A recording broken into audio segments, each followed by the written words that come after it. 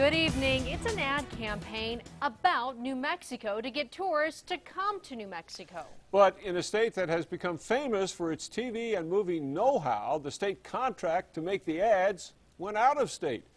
And that has some people doing a double take. News 13's Amanda Goodman has the story from the Newsplex. Dick, Jessica, the state says even though a New Mexico company didn't get this project, they were well represented in the making of these ads.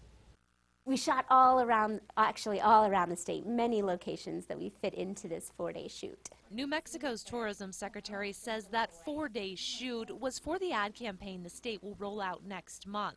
Earlier this year, the department awarded an Austin, Texas-based advertising company the $2 million contract for that campaign.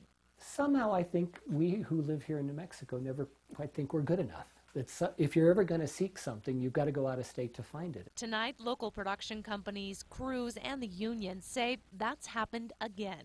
That's because the ad company decided to use an out-of-state production company to shoot the spots last week. It just seems to me that they could have been a little more, wield a little more clout when they were told that they would like to work, that the agency out of Austin would like to work with a San Francisco agency. But the state says that's out of its hands because it gave the ad agency the final say in hiring subcontractors for the ad campaign.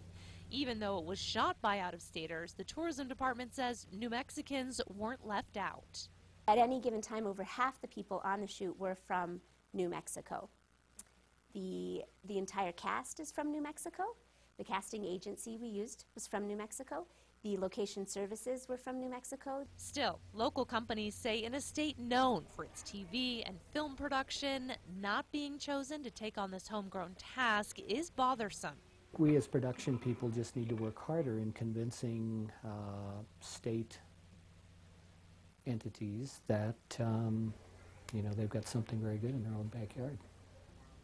Now the state says in all it was about a five-person film crew from California that came out for the shoot. Dick, back to you.